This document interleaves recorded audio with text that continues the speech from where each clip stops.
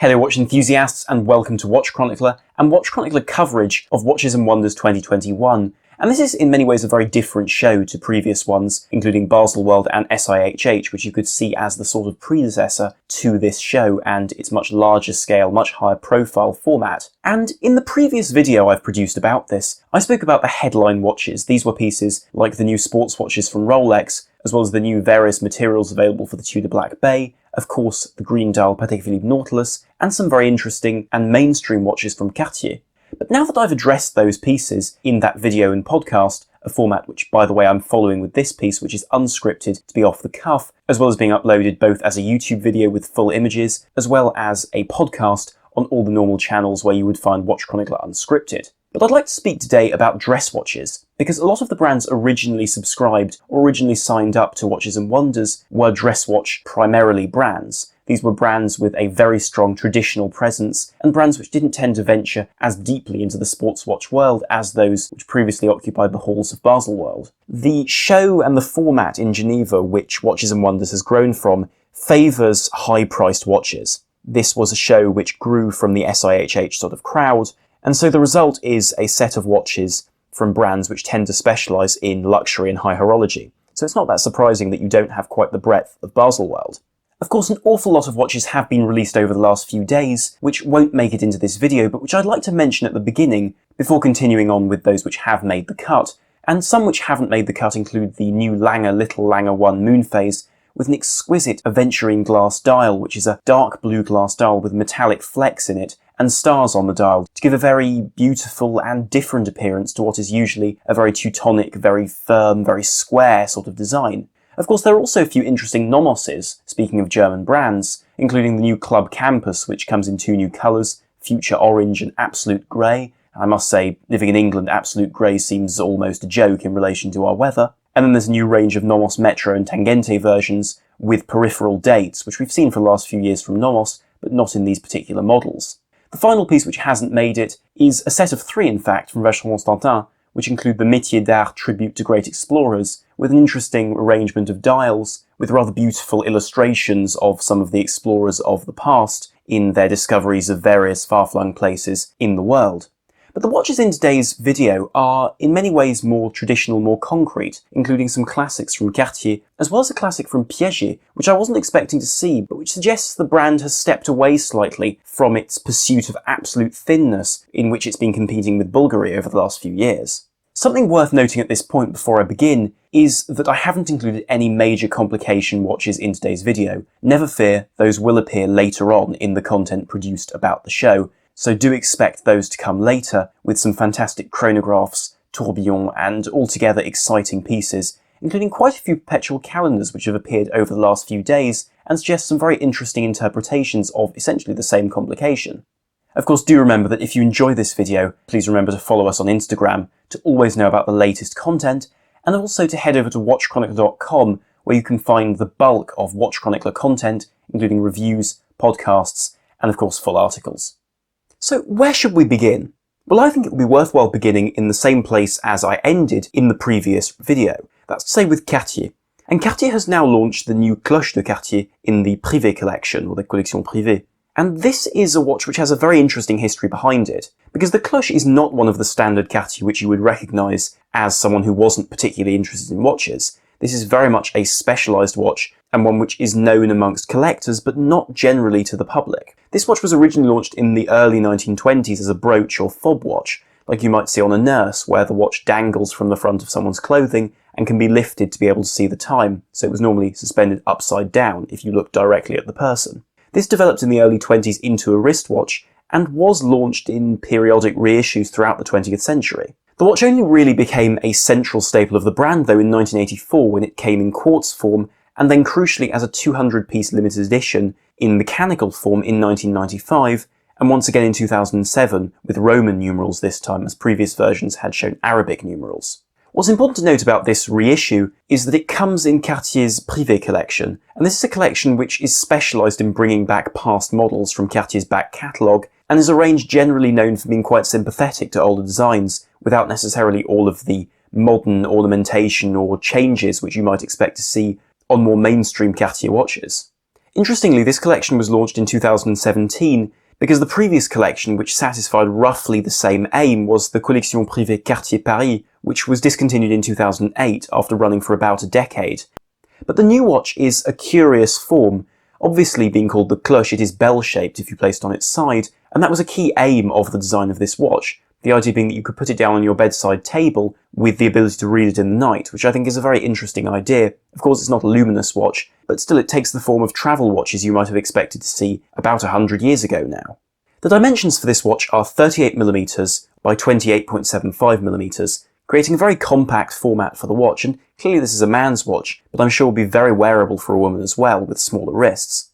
And whilst this may be a very retrospective watch, it does take a lot of modern characteristics. Notably, it drops the older Arabic numerals in favour of much more iconic for Cartier Roman numerals and tank-style hands, which are roughly sword-shaped rather than the pomme hands you might associate with Breguet, which were previously seen on this watch. But there is some very clever design concealed within a very simple appearance. Notably, the only brushed parts of the watch are the side which you would put down, that's to say the flat side, which you would place on your bedside table, and the case back, the two sides which would actually be in contact with a hard surface, so this brushing would cover scratches to an extent.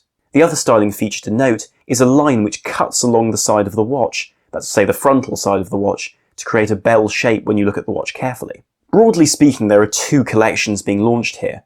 First, the original remake version is a set of 3 different watches released in 100 pieces each. These feature simple printed dials with Roman numerals, and all include the caliber 1917 MC, which is a manual 38-hour power reserve 3Hz 19 jewel movement, which is essentially the Cartier movement used in all expensive manual Cartier watches without additional complications. And the 3 versions available come in 2 18-karat gold models and a platinum model. The 18-karat yellow gold watch is perhaps the one which pushes the boat out the furthest, because this is a bright yellow gold watch with a matching sunburst gold dial, sapphire cabochon as per the material, and blued steel hands to complement the black text on the dial, and an altogether rather 80s look which actually suits the history of the watch very, very well. The next watch is a much more modern appearance, and not necessarily to my liking, but I can see the appeal, is an 18-karat rose gold version, with a sunburst anthracite dial to give contrast, painted gold markers and text, a white second track, and rose gold hands to contrast the dial and match the case, with a sapphire cabochon on the crown, again in relation to the case material. The real standout model for me, in the same way as I've loved previous platinum watches from the brand, is of course the platinum version, which is the most subdued in many ways, which is perhaps why I like it so much. This is a watch with an off-white dial as you might have seen in period, all black, subdued printing, blued steel hands, and a ruby cabochon just to give off that one detail which will tell a collector exactly what they need to know without handling the watch, that it is in fact platinum. If however you want something a bit more modern, there are skeletonized models as well. These share the case and general design of the other pieces, but gain a fully skeletonized movement which is, I must say, beautiful. It has full anglage on the various elements you can see, and a sunburst brushed effect on the surface which creates a simple but very, very clean appearance. The structure as well of the movement of bridges, which connect the centre of the movement to the outside of the case, is styled to look like the Roman numerals you might see on another Cartier watch, which I think is a great touch and means you do retain some legibility. The main centre of this is the caliber 9626, which is a very different movement to the one seen in the standard versions, and is a 25 jewel movement with very similar specifications, but with a circular design, as you can see, to really give a very aesthetic appearance to a very simple movement, but one which just has to deliver reliability and quality. The versions available include a pink gold and a platinum version. These are each available in 50 pieces, with blued hands and of course the appropriate colour cabochon, and then you have a platinum version with diamonds produced in 10 pieces with a white diamond cabochon, and I must say, there is one detail here which I would love to have seen changed, which would be a pink diamond as the cabochon, just to give that touch to the fact that it is a platinum watch, but I can understand how that would be an unbelievably expensive approach to take. Now, we don't actually have the pricing details for these watches yet, but the reason why they deserve to be in this video is simply because they are so different. These demonstrate a new period we're entering over the next few years where remakes of watches from the 20s may become commonplace, and this is a wonderful thought because it was a time of real creativity before watches became pinned down in their far more modern, and in many ways far more set, aesthetic directions. Continuing in the same spirit as those Cartier watches, another watch which is going to be celebrating its 100th anniversary this year is the Vacheron Constantin Historique American 1921, or rather its historical counterpart will. And this is an interesting watch because it's one of the few watches from a brand other than Cartier which is able to celebrate such an anniversary at this point. And again, it's a symbol of moving into an era when I think seeing reissues of watches from this period will be far more common. But the real reason why the watches in this new collection needed to be seen in this video is because they are Vacheron Constantin at their absolute best. These are exquisitely made watches, beautiful to look at, and also they're a resolution of some designs we've seen from the brand in the past, but which to me have always seemed a little bit hit and miss. Previously and currently at the moment in the collection are more flashy models in either rose gold or platinum, and the platinum version to me was the more appealing of the two, being more subtle, but with blue hands, blue numerals, and a very bold dial appearance. I never found that it quite worked. But this year they've released 3 new versions, 2 unlimited and 1 limited, and predictably it's the limited one which is more appealing. The unlimited versions are perhaps a long-term addition to the collection which was needed. These are white gold watches in both sizes, that's say 36.5mm by 7.41 thick, and 40mm by 8.06 thick. And prices follow, being £25,800 for the smaller and £31,200 for the larger. These have a very subdued appearance with a white gold case, as I've said, a printed dial with a grey silver tone, and blackened hands which are presumably gold. The more expensive and limited version is the platinum version, which falls into the Platine collection, and this means these are limited edition watches with a very interesting and different design, because this watch moves away from the appearance of the current platinum model and instead goes for a fantastic appearance with a fantastic 3-dimensional feel. The case is of course 950 platinum, and the dial is sandblasted platinum too, so you get the same colour across the watch, but with a matte dial which is of course going to be a little less flashy than on, let's say, a rose gold equivalent. You have thermally blued steel second hands on these watches, but with 18-karat white gold markers on the dial applied with fantastic sharp edges and matching hands. This resolves the design in a phenomenal way for me, and means that this rather quirky dial arrangement with the 12 placed at the conventional 2 o'clock with the crown directly above it works in a way which I don't think it has before, because this watch embraces quirkiness but doesn't take it as any excuse to be anything but the best. Produced in 100 pieces, this watch will be sold for £43,000 or so, which is about £500 more than the normal platinum model. And as is seen in the standard watch, the same movement is used in these pieces too, understandably, and it's the exquisitely finished 4400 AS manual 4Hz movement with a 65-hour power reserve, 21 joules, and of course the Geneva seal, proving the exquisite quality of this movement. And purely aesthetically speaking, it's a better looking movement than anything I've seen from Patek Philippe in the last few years, and I think that says a lot about the way Vacheron Constantin is different to Patek Philippe in the way it approaches its watches, its designs, and also its brand. To understand the next watch in this video, you have to move from the 1920s to the 1950s, because this is a watch from Piaget, and Piaget is an unusual brand in many ways, because really they're generally only known for one watch, the Altiplano. Now this is, to be honest, a little bit of an overstatement, because there are plenty of other watches in their collection which have been important over the years, but it's the Altiplano, their ultra-slim dress watch, which has really stood the test of time, and perhaps most of all because they've updated it very regularly with industry-leading and in fact record-holding models. Over the last few years, we've seen models which have entirely dropped the vintage aesthetics or classic aesthetics of the original in favour of very technical appearances for, in fact, purely technical reasons. Notably, they've rearranged their movements to be built directly off the case back as the base plate, with a dial which is sunken into the movement and therefore creating a skeletonized look, despite the fact that the watch isn't, strictly speaking, skeletonized. This was the principle originally with their 900P, which was a manual watch 38mm wide, which was only 3.65mm thick.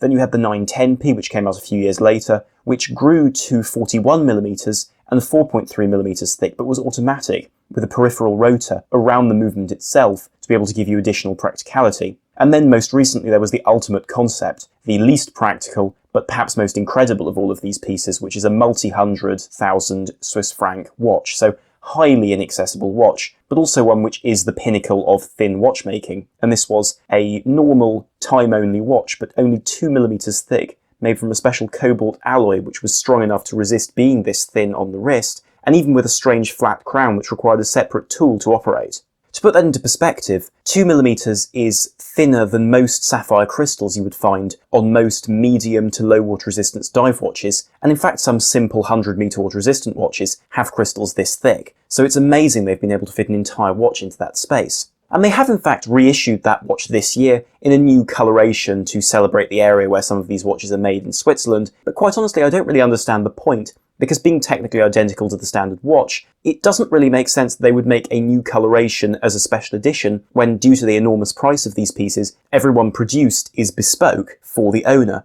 But the watch they've released, which I think is much more interesting, is the Altiplano Origin 35mm, which, despite its name, is not actually a vintage-looking watch at all to my eye. On paper, this is a very simple, beautifully finished, and not even particularly thin watch, which brings back the appearance of some older watches, not in terms of being some nostalgic remake, but in terms of bringing back the pure back-to-basics elegance of watches from the past. And most importantly, this watch also drops the, you could say, somewhat childish fight which Piaget has had with Bulgari over the last few years to produce the thinnest watches in the world. Instead, this watch is simply wonderful because it's beautifully made and a beautiful design, not because it's trying to prove anything. In many ways, the design of this watch is based on the original models, including the original 1957 model of the Altiplano, which had the 9p manual caliber, which was an extremely thin manually wound caliber produced by Piaget, and a few years later followed the 12p, which was the automatic equivalent, and in many ways the ancestor of the watch I'm speaking about today. Where dimensions are concerned, this watch is 35mm wide by 8.1mm thick, and that's not particularly thin, quite honestly. But the dimensions don't really tell you everything about this watch. Aesthetically, it's a wonderful piece. 35mm may seem small, and certainly for some it will be a small size. For me personally though, I think 35mm is a wonderful size for a dress watch, and the design is very minimalistic, but in no way dull. It's a fully polished watch with a very simple case, with a brushed case back and beautifully beveled, simple lugs as you would see in period. And it brings back a time of simple, restrained and completely timeless design. This is a watch which will look fantastic in the future, would have looked fantastic in the past, and certainly looks wonderful today. Moving to the dial of the watch, you have a really beautiful execution of something fundamentally very simple, because this is a two-hand, no-date watch. So it has an exquisite sunburst effect dial, which really is befitting the price. You also have fully beveled hands from back to tip with a wonderful central hand cap, and you also have applied markers which are very, very fine and surprisingly modern actually, with the only signature on the dial beyond Piaget in the normal 12 o'clock position being Altiplano printed very finely beneath the index at 8. Inside the watch is the caliber 510p, a two-hand automatic 3Hz movement with a 43-hour power reserve, 25 joules and a 3.6mm thickness. And it's a beautiful movement, certainly. The rotor is exquisite, and the appearance of the whole movement fits the price of this watch. But it has to be said that this isn't an impressive movement where thickness is concerned. Fundamentally, a 3.6mm thick movement in this configuration is no better than an ETA 2892. That's a movement of the same thickness, which admittedly originally was conceived to be an automatic, ultra-thin movement, but you would expect them to have moved on a bit, and the power reserve is not really up to modern standards, so I must admit that mechanically speaking, I do think that this Piaget doesn't compete particularly favourably against other brands' options. But I think what's most important about this watch is that it does present a realisation in Piaget. They can place an emphasis on watches which aren't technically the pinnacle of everything in the world, but which are nonetheless lovely. And this watch comes in 3 versions, with, interestingly, only one model without diamonds. There is a rose gold version without diamonds for 18,100 Swiss francs, and then both other versions in rose gold and white gold have diamond bezels. And the diamond application normally is something which I despise on the exterior of watch cases in a large way. But in this case, it's so subtle that actually it fits with the intended period and history of this watch extremely well. And the prices for those watches are 25,100 francs for the rose gold model and 26,200 for the white gold. And ultimately, this isn't a cheap watch, but it is certainly a very attractive one. Whilst preparing to produce this video, there were an awful lot of watches which fell into the dress watch category, but which could be classed as complicated watches. And so my attention ended up being directed towards watches which were more interesting than supreme in terms of technical merit. But there was one brand which demonstrated a very, very impressive level of both technical and aesthetic merit, which quite honestly doesn't receive enough respect, and this is Chopard. Chopard is a brand with a phenomenal quality level across their range, but primarily in their L.U.C collection, which is their in-house collection and their more expensive range, which I think competes very favourably against the leading lights in the high-horology world. Now, they don't have the same extent of top-level complications as those brands, but they do have a level of quality which is comparable. And this is why the 2 last watches in today's video are from Chopard. And they're both celebratory models for the 25th anniversary of this brand's manufacture, that's to say their ability to produce in-house movements in their most modern form. And Chopard's manufacture began movement production in Fleurier in 1996, and this is denoted in their collection by the L.U.C. models, which also see work take place in Geneva. Now, the first of these two watches to speak about is the Chopard L.U.C. Quattro Spirit 25 Jumping Hour. And this is not a cheap watch by any standards, it's a very expensive 40+ thousand franc timepiece. But it is important to speak about, because it demonstrates not only a new complication for the brand, but a very clever piece of engineering which doesn't tend to be discussed very often, because Chopard as a brand isn't generally discussed very often either. And this watch brings back the jump hour system, which we've seen intermittently from a variety of brands, and most recently from IWC, for instance, with their Paul Weber models. And this watch is a 40mm by 10.3mm thick dress watch, which seems like a fairly chunky timepiece, but the design is really rather beautiful, with a complex double lip bezel with very firm lugs and a wonderful L.U.C. signed crown in a cog sort of form. The case sides are slightly bulbous and vertically brushed, and the whole thing comes together really beautifully to create something altogether more interesting than something you could buy from, let's say, Patek Philippe or Rolex for the same sort of price. The dial also presents the same level of quality and is pretty impressive in its own simple sort of way, a way which isn't obvious at first glance, but to a collector or someone who likes watches is really wonderful. You have an in-house Grand Feu enamel dial with an 18-karat rose gold base. That's to say the base onto which the enamel is poured before being heated to melt into its correct place. And this is the rim you see around the window which displays the hours on the dial, because as a result of having jump hours, you have a digital hour display on this watch. All the printing is also not as it first seems. This isn't print onto the surface of the enamel, but instead it's black enamel applied to the surface of the white enamel. And this is a surprisingly difficult process because in terms of enamel production, you have to be very careful to use particular enamels which melt at different temperatures so that you don't melt the whole dial whilst trying to add further enamel to the surface. It's an extremely interesting process and a stunning one to see on a watch. Of course, there's only one hand to speak of, and this is a centrally capped golden minute hand with the very particular design the brand tends to use, and a really exquisite font and print choice around the dial completes a package which I think is extremely beautiful. But ultimately the aesthetics of this watch are neither here nor there, because you don't really want a watch for this price which is all face and no trousers, so to speak. So the movement uses the L.U.C. 98.06L. And this is a development of the Quattro technology which has been developed over the past 2 decades within the brand. And this is a particular system which involves the superimposition, you could say, of different spring barrels to increase the power reserve. So this watch is a manually wound movement, but with an 8-day or 192-hour power reserve, despite the increased power draw from having jumping hours, which is very real, because this watch has 4 spring barrels stacked in pairs to deliver that energy to the watch. This also isn't a low-beat watch to extend the power reserve. It still runs at 4 Hz and is absolutely exquisite in terms of finishing. It really is stunning with its 42 jewels and an extensive range of finishes across the surfaces. It has these exquisite curved bridges and an aesthetic design which you would think was planned from the start to create a look which is delicate but also gives you a full view of everything going on in the movement. And of course it does have the Geneva seal to guarantee the quality and finishing. A particular detail I like is the presence of a jeweled power reserve indicator on the case back, so the dial isn't interrupted or interfered with, but when you take the watch off to wind it in the morning, you can see just how many days have passed and how many days you have until you have to wind the watch up again. And jump hours are interesting in the world of complications, because like deadbeat seconds, they're extremely simple in terms of aesthetic appearance, and to the untrained eye don't look anything like as impressive as a perpetual calendar, an annual calendar, or even a moon phase. But this is still a complication which is stunning to see, and shows the ability to produce high horology watches within the Chopard brand. But this is particularly interesting because it seems as though there is a shift at the moment between which brands are the, let's say, secondary high horology brands. For the longest period, L.C. was seen as the watchmaker's watchmaker, so Jaeger-LeCoultre was the brand which you would go to if you didn't want to have a flashy watch like a Patek Philippe, but you nonetheless wanted extremely high levels of quality. But in recent months, it's become quite clear from a few different sources that L.C. quality is certainly not there anymore, or rather quality control just isn't there. And so this Chopard presents a different option. 100 pieces of this watch are being made for £39,000, which is no small amount of money, but I think for such a small limited run, and with such a remarkable movement, it's actually not that bad value.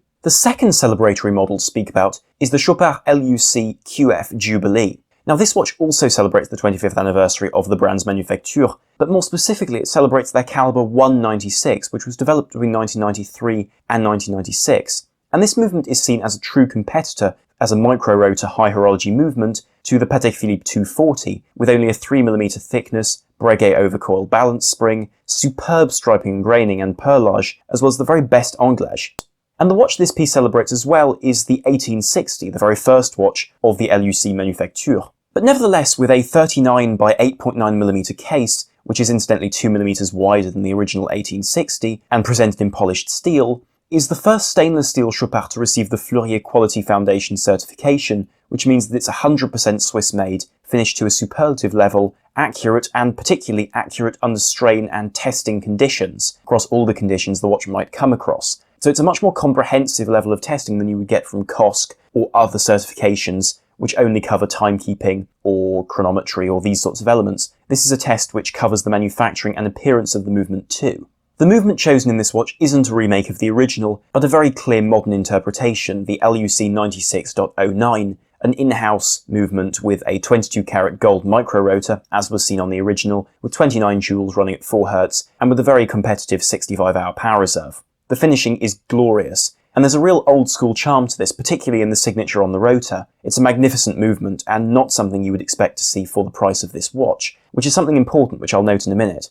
The design of this watch is very vintage, and you can't really get around that. It has cordon de vache style horn lugs, a sunburst dial with galvanic blue and silver elements, 50s style luminous markers and matching hands, and presented on a rather informal leather strap, it looks like a gorgeous everyday watch, in the same sort of price range, priced at 14,500 Swiss francs, as something like a Lange Saxonia. And the Saxonia is a glorious watch, but seeing this piece, I think that in this watch you are getting something more individual and more interesting than that, and that's not something I thought I was going to say in a hurry, given just how exquisite a watch the Lange Saxonia is. This is also an unbelievably rare watch for the price it's being offered for. Only 25 of these watches are being made, and so I think that if you can get hold of one of these, it might just be one of the best value watches in the whole show. But how do you conclude a video about fundamentally a range of extremely expensive and highly inaccessible dress watches? I think that through these watches, you can see a very, very interesting direction for dress watches to go, and certainly it showcases a few brands which maybe haven't been shown in the same light as their competitors, just because of not being present in the same circles. So I think Chopard, for instance, and Piaget have done phenomenal jobs this year, and it's been a real pleasure to see these watches from lesser appreciated but certainly deserving brands. But let me know what your thoughts are in the comments section below on YouTube, and of course remember to subscribe and follow us on whichever podcast player you enjoy using, because of course you can find these episodes there as well. So thank you very much for watching and listening. This is Armon from WatchChronicler.com, out.